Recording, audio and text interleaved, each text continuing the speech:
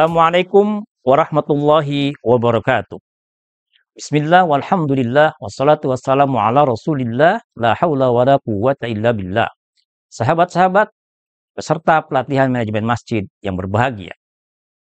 Pada pelatihan kali ini kita akan bersama-sama berdiskusi tentang pelatihan manajemen masjid.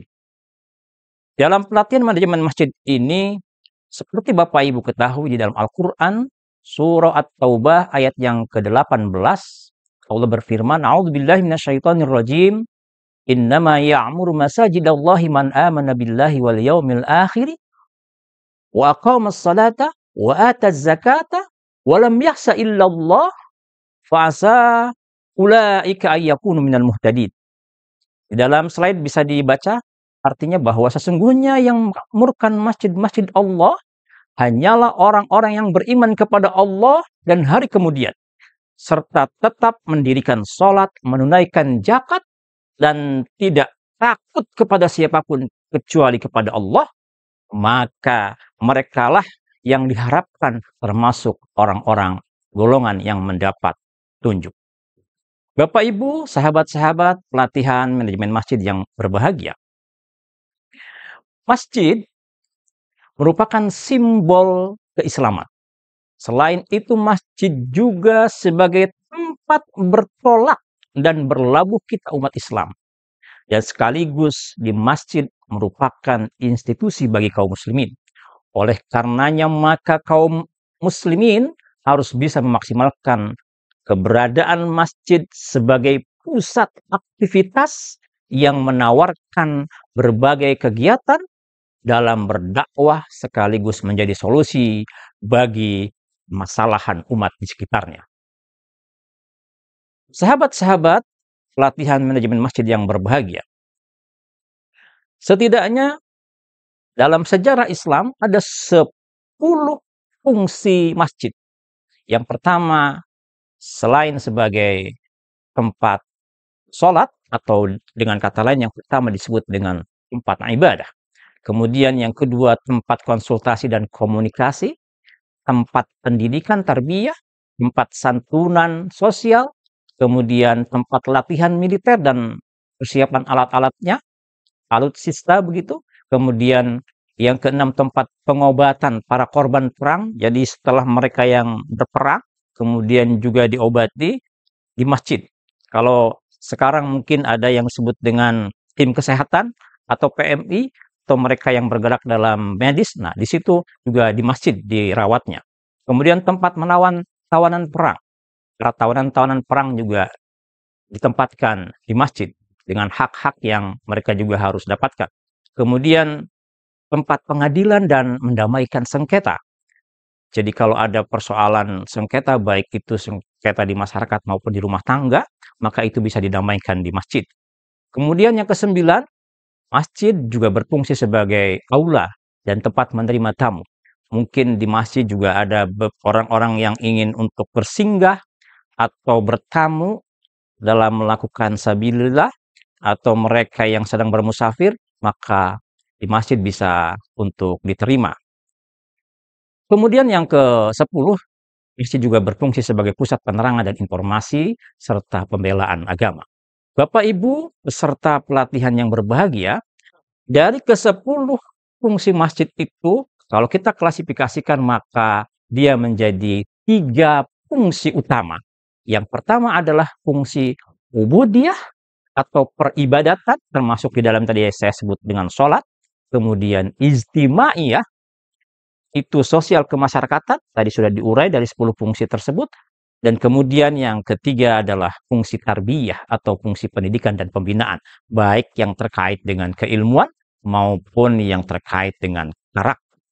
Bapak Ibu, sahabat-sahabat pelatihan manajemen masjid, coba kita perhatikan saat ini bagaimana realita masjid yang ada di sekeliling kita.